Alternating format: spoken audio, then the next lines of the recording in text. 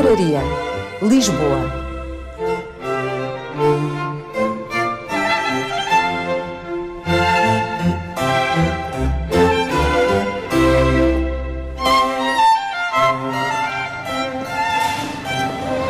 Eis um segredo bem guardado.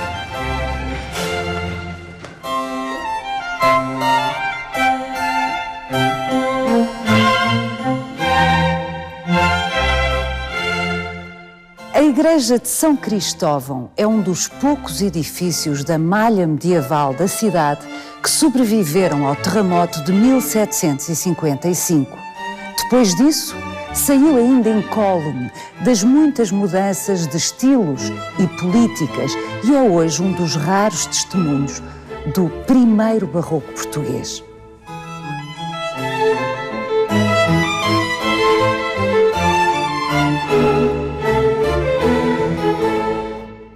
Apesar de restauros vários, a Igreja de São Cristóvão é notável também pelas pinturas que a revestem.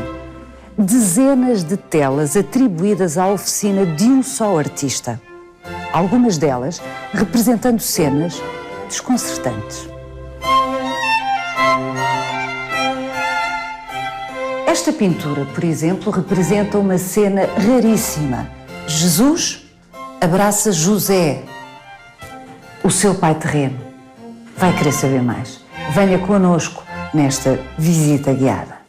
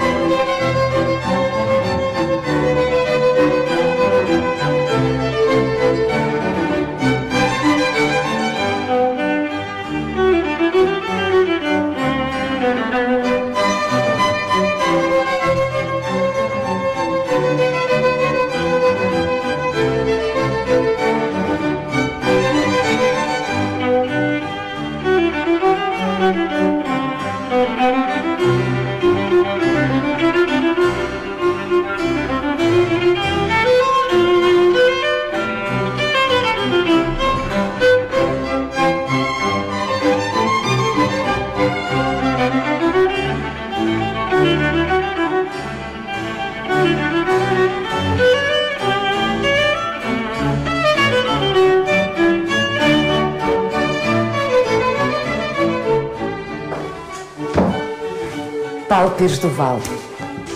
Eis uma cena comovente e inesperada.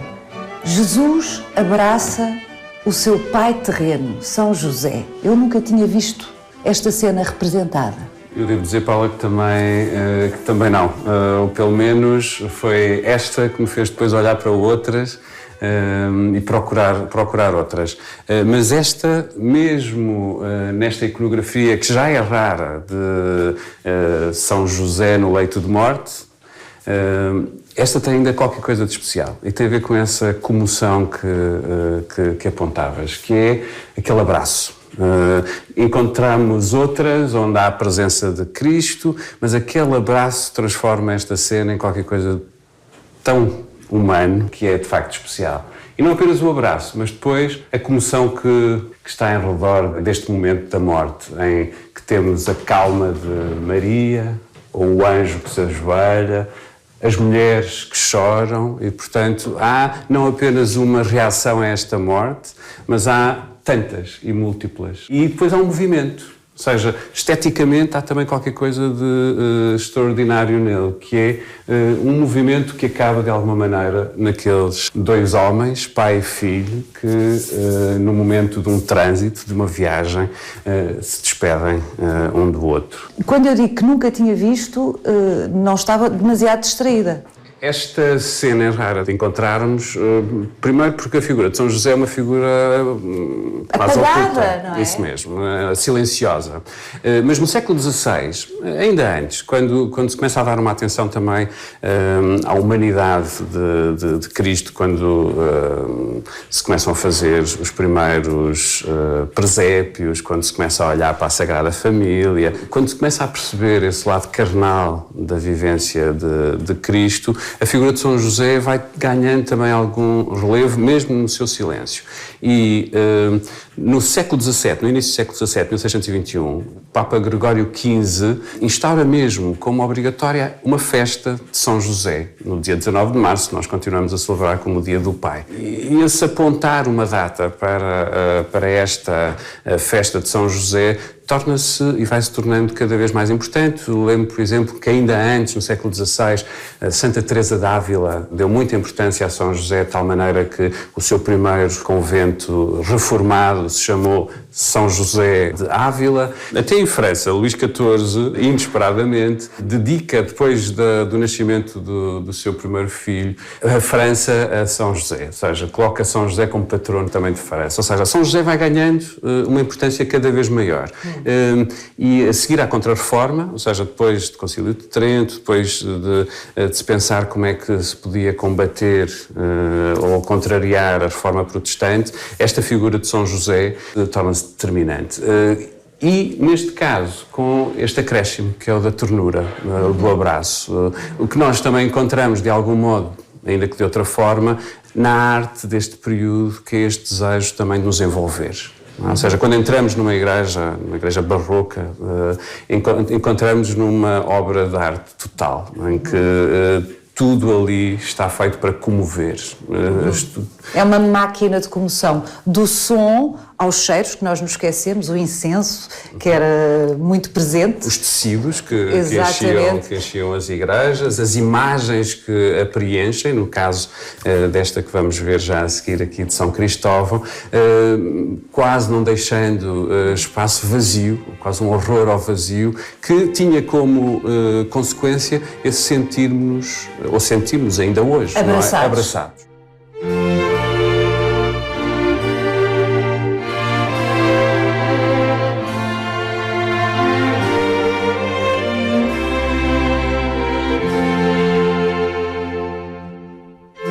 Eu sugiro, Paulo Pires do Val, que vamos até à igreja, estamos na sacristia, vamos até à igreja ver as restantes obras deste pintor ou da sua oficina.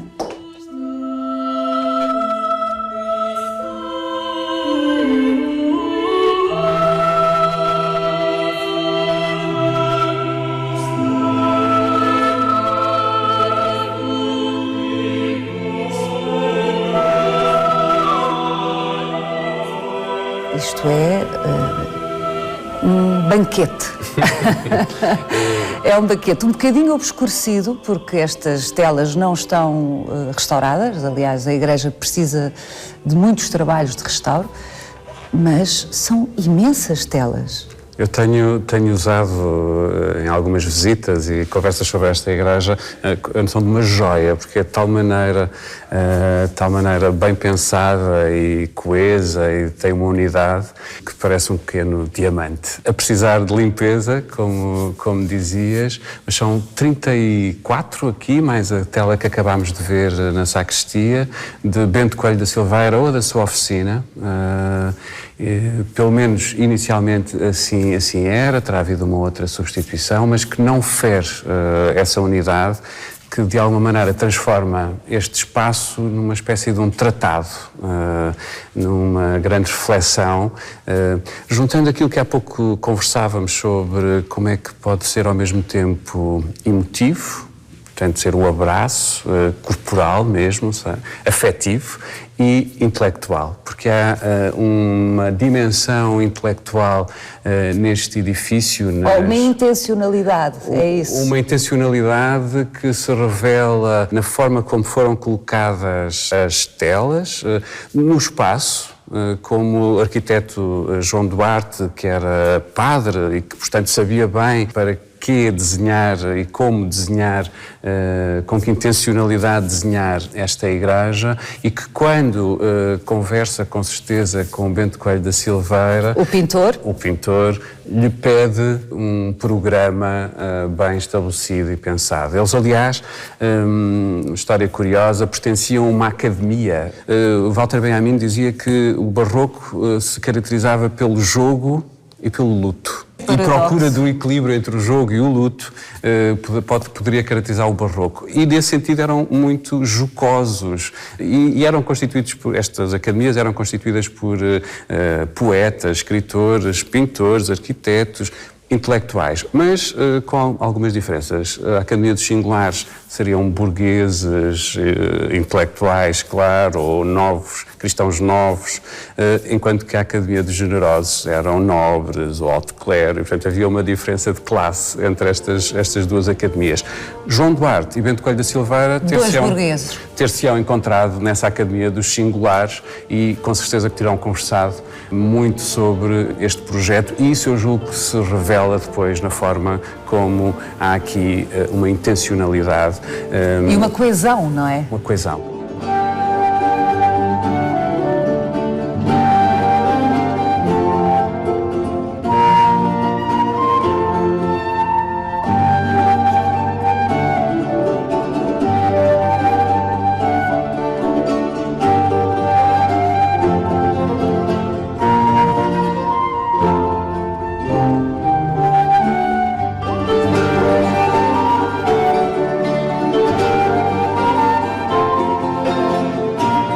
Muitas vezes terão passado tantas pessoas aqui em frente à igreja e de fora não imaginaram o que depois podem descobrir cá dentro. Portanto, há essa noção de cofre, como dizias, que no sentido da coesão e de uma unidade começa logo, como te estava a dizer, no retângulo onde assenta, porque é o retângulo de ouro, o número de ouro que desde a antiguidade clássica, desde o Paternon, é identificado como da proporção mais bela.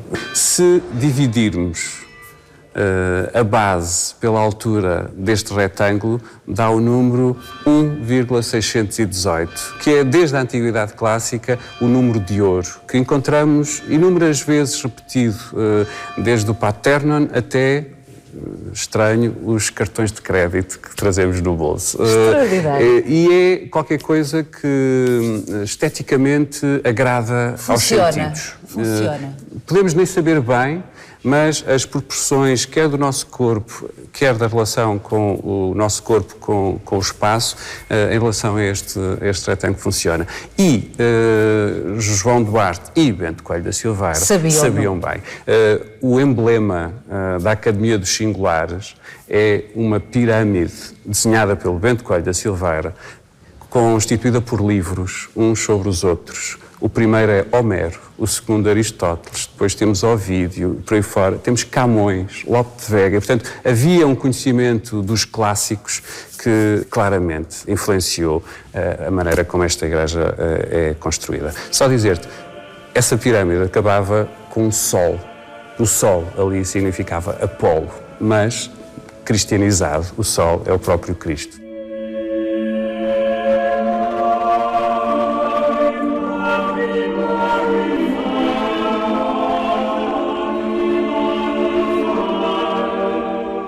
Bento Coelho da Silveira, apesar de não pertencer à Academia dos Generosos, à Academia, visivelmente, aprendi agora consigo, dos Nobres, foi nomeado pintor régio por Dom Pedro II. E foi... Portanto, estávamos numa época recém-saídos da restauração, da independência, ainda tudo instável e conturbado. E Bento Coelho da Silveira é escolhido como pintor régio, tem uma produção intensíssima. Nós temos obras de Bento Coelho da Silveira espalhadas por todo o país. Muitas das igrejas, tal como esta, que foram pensadas como uma unidade por ele, pela sua oficina, caíram no terremoto e, portanto, esta também tem essa raridade desta unidade de se ter conservado, mantido. mas Bento Coelho da Silveira seria alguém que era de tal maneira apreciado na época que esta Academia dos Singulares faz-lhe uma homenagem em 1670. Um livro que depois não chegou a ser publicado, talvez por problemas com a Inquisição.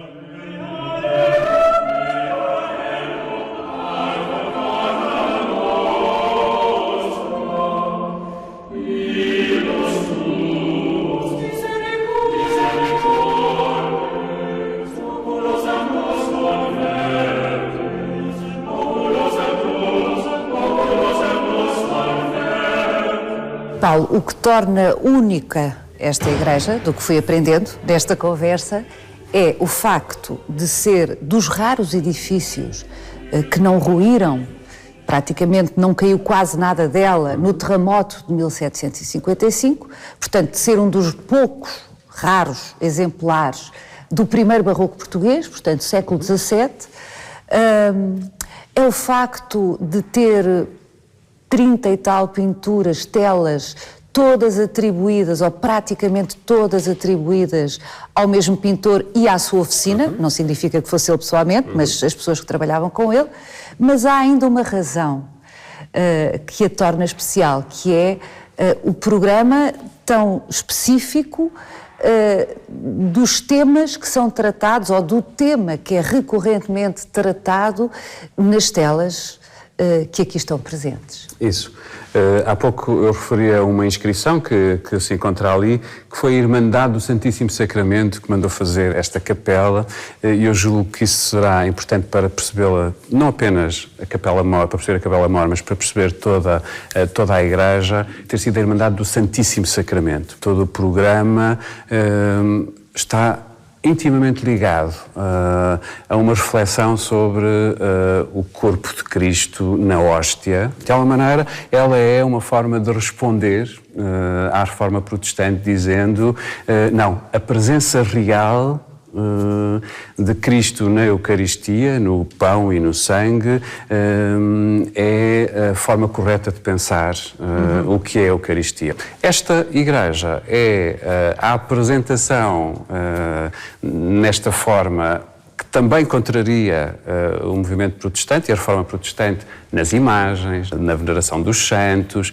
É ela mesmo um excelente exemplo da contra-reforma católica, este esplendor da imagem, do ouro, que contraria precisamente essa forma mais ascética de pensar, que na verdade não é apenas uma questão protestante. Ao longo de toda a história da Igreja, e mesmo antes, essa reflexão sobre a imagem, sobre o poder da imagem, sobre a possibilidade de fazer imagem, ou que imagem, é qualquer coisa que acompanha toda a história da Igreja. De algum modo, a vitória desse partido de que se deve fazer imagem, que se pode fazer imagem, que a imagem é vital para a Igreja, deu origem à história da imagem no Ocidente, tal como nós a conhecemos.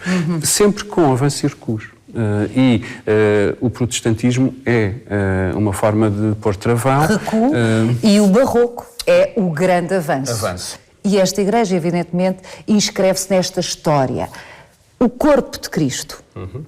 O Corpus Christi, não é? O corpo de Cristo é o tema? O tema que, de alguma maneira, coroa esta Igreja e que aqui, no altar, se torna ainda mais evidente e presente, com a presença de duas telas, tal como hoje as vemos, mas, na verdade, são três. Esta terceira está a ser restaurada já.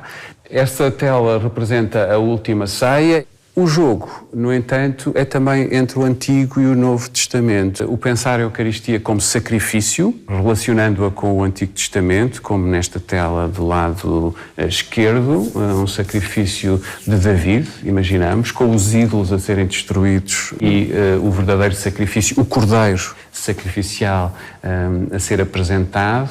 Paulo, mas se aqui está expresso com o sacrifício do carneiro, essa dimensão da entrega do que temos de mais precioso, a entrega de si, aqui está uma festa. Aquilo que encontramos na última ceia, que é retomado sempre que o sacerdote celebra a Eucaristia, juntam-se. O que encontramos naquela festa é também já um pronúncio do que virá, no sentido que a dádiva cristã, na verdade, não é o dar qualquer coisa que nos é estranha, mas é dar-se a si mesmo.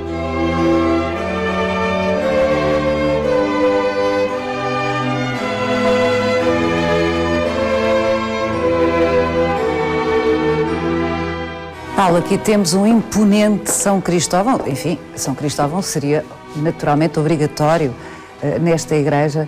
É uma lenda também terna de São Cristóvão, não é? E a palavra que usaste é justa, a imponência, porque diz a lenda que São Cristóvão era um gigante. São contadas imensas histórias sobre São Cristóvão. Uma delas, a determinada altura da sua vida, ajudava as pessoas que queriam fazer o seu caminho a atravessar um rio difícil, perigoso, a atravessar de uma margem para a outra. Pegava nelas e ajudava-as a atravessar esse rio difícil. Uma certa noite, há uma criança que lhe pede ajuda para atravessar, um miúdo pequeno. Ele mete a criança aos ombros e, à medida que vai entrando no rio, a criança começa a pesar como nunca nenhum adulto, nunca ninguém lhe tinha pesado. Depois de, a custo, ter chegado à outra margem, pergunta, mas como é possível pesar tanto? Ao que a criança revela que não é apenas ele, mas que ele transporta consigo todo o peso do mundo. Esse peso transforma de alguma maneira este gigante numa espécie de um Hércules, ou mesmo de um Atlas que transporta o mundo às costas. É por causa dessa lenda, Paulo, que então muitos viajantes pedem proteção a São Cristóvão. São Cristóvão tornou-se o padroeiro dos viajantes.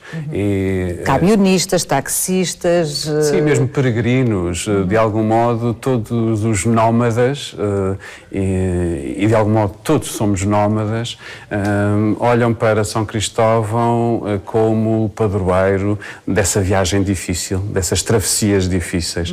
E devo dizer que num momento como este atual, em que tantos procuram atravessar à procura de lugares para poder viver, outras terras para poder viver, e também atravessar mares difíceis, é tão curioso como esta lenda, porque é isso, não sabemos, como tanta coisa nesta igreja ainda obscura de São Cristóvão, o que sabemos é apenas uma lenda, não temos dados históricos que o comprovem, como essa história é ainda tão presente. Bom, mas no início desta igreja não era São Cristóvão a figura tutelar, se quisermos. Aliás, o início é tão recuado. Não sabemos ao certo. Sabemos que aqui, nesta zona, haveria a igreja de Santa Maria de Alcamim, que era a igreja dos cristãos moçárabes. Os moçárabes são os cristãos que viviam sob o domínio árabe. Portanto, muito antes da chegada de Dom Afonso Henriques e da conquista de Dom Afonso Henriques, havia uma comunidade de moçárabe, o que também é curioso pensar o que teria sido esse tempo em que coabitavam, tal como hoje, coabitam aqui na Moraria culturas tão distintas, nesse tempo em que coabitavam, ainda que com zonas específicas, com certeza na cidade, estes cristãos que viviam sob o domínio árabe, possivelmente muitos falariam árabe, se não todos, tinham uma liturgia diferente e que também por isso foram sentidos como uma ameaça pela liturgia romana, a liturgia que Dom Afonso Henriques e os cruzados do norte trouxeram.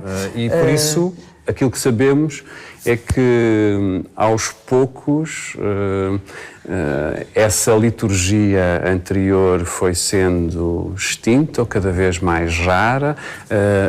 Sabemos que o bispo moçárabe foi morto pelos cruzados quando chegaram e invadiram Lisboa, quando tomaram Lisboa. Sabemos que as relações entre estes cristãos moçárabes e esses outros de outros pontos da Europa não eram fáceis. Quando chegou aqui Dom Afonso Henriques, já aqui se rezava a Jesus. Isso mesmo.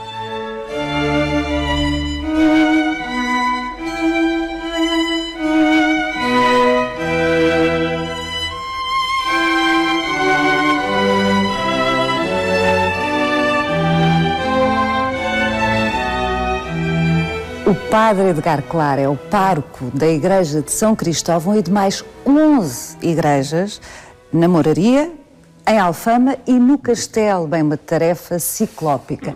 E deliberadamente eu pedi-lhe que se nos juntasse a esta conversa porque eu quero fazer ao Paulo Pires do Vale uma pergunta à sua frente, especificamente. Paulo, tu és curador de arte contemporânea e aqui tens a decorrer, como de resto já aconteceu na Igreja de São Roque, também em Lisboa, aqui tens a decorrer um programa muito intenso e interessante de arte contemporânea. Como é que se intervém, como é que se desenha um programa para um espaço sagrado? No caso, uma igreja aberta ao culto. Antes de mais, assumindo o risco, isso interessa-me. Interessam-me espaços com caráter e vivos, não a ideia ascética só do cubo branco, como na arte contemporânea tão normal, mas pensar espaços com história. E por isso... E com vida, não é? E com vida, ou seja, não a história só no sentido de um passado, mas a história no sentido de uma identidade. E por isso aquilo que te fui contando tem a ver com o estudo que fiz para poder depois propor ao Padre Edgar, e é esta comunidade, uma intervenção com artistas contemporâneos, partindo do lugar, dando a ver o lugar, porque isso era determinante para ajudar também neste esforço de angariar fundos para o seu restauro e, portanto, esvaziando, tirando os bancos e podendo percorrer como hoje também o percorremos, sem esse empecilho, porque no século XVII eles não estavam lá. E propondo então a artistas que aqui fizessem intervenções tendo o respeito não apenas por este espaço, mas pela comunidade que o continua a habitar, juntar mundos, permitir uma ponte também aqui, a partir da noção de viagem, o padroeiro São Cristóvão, a partir da noção do peso e da leveza, permitir que o mundo da arte contemporânea e o mundo desta comunidade, não apenas a que se reúne aqui, mas desta comunidade da Moraria, se juntassem nesta igreja, e foi um privilégio o Padre Edgar ter permitido que isso acontecesse. Quer dizer, é um privilégio para nós todos, porque podemos simultaneamente conhecer, quem não conhecia este espaço extraordinário, e ao mesmo tempo vê-lo reinterpretado por artistas contemporâneos. Padre Edgar, deve ser muito difícil. Ninguém tem dinheiro nesta altura, nós sabemos disso. Deve ser muito difícil arranjar dinheiro, e eu sei que esta é uma missão que assumiu com imensa determinação, arranjar dinheiro para restaurar uma peça tão delicada e complexa como esta. Mas tem tido ideias fantásticas, eu sei. Não, a única ideia que eu tive foi... Parece-me que a minha intuição foi esta. Depois de 3 anos de pedir às autoridades, a muitas pessoas, para me ajudarem e ficarem maravilhadas com este templo, mas depois ao outro dia deixavam de atender o telemóvel, eu pensei, bom, eu não posso pedir 1 milhão de euros a uma entidade, a uma pessoa, ao Estado, a quem quer que seja, então vou pedir 1 euro a 1 milhão de pessoas. E este programa que nós fizemos foi um programa de multidões, não é? Um crowdfunding com tudo, de tal maneira que cada pessoa, desde a mais rica à mais pobre, possa dar apenas 1 euro. E se cada pessoa vier aqui e deixar ficar cá 1 euro, então, dentro de muito pouco tempo, temos o suficiente, que é 1 milhão de euros, para restaurar toda a igreja. E nas diferentes atividades que pensámos ao nível de envolvimento da comunidade, não é? Os biscoitos, envolvimento da cozinha popular. São as senhoras daqui da Moraria, ou algumas senhoras da Moraria, que fazem os biscoitos deliciosos, há que dizer, que eu já provei. São de cardamomo, são muito bons. E não só as noites de fados, ou seja, todo o envolvimento da comunidade é extremamente importante, não só da nossa comunidade, das outras comunidades que por aqui passam todos os dias, não é? Talvez aquela que tenha sido a maior loucura foi ter posto a igreja à venda com uma atividade chamada Não Fiques com a Telha, em que cada pessoa vem cá, nos oferece 20 euros, escreve uma oração e nós comprometemos a meter essa oração e essa telha no telhado, ou seja... Porque o telhado está a precisar de ser feito, não é? O telhado está a precisar de ser feito urgentemente, não é? Cada pessoa oferece uma telha. Cada pessoa oferece uma telha e com esse dinheiro nós comprometemos a fazer a obra, não é? Será tudo, e tem sido tudo muito claro para as pessoas, tenho dito sempre quanto dinheiro temos neste momento. Já só nos faltam 860 mil euros. Maravilhoso.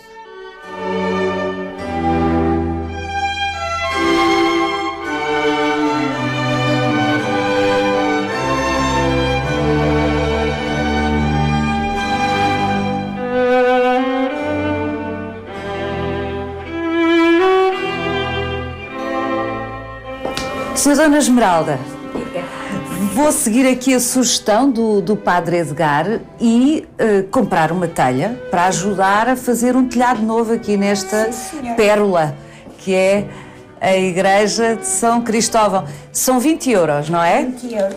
Se faz favor. Obrigada. Muito obrigada eu. E pode fazer uma dedicatória e assinar. Então, É que fazendo a dedicatória fica no telhado e mais pertinho do céu. mais pertinho do céu, é maravilhosa essa ideia. Eu vou escrever aqui o que será o nome do nosso programa.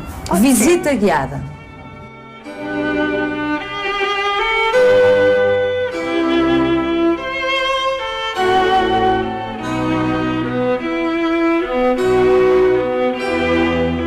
Siga-nos no nosso sítio e na nossa página de Facebook, onde encontra este e os outros episódios do Visita Guiada.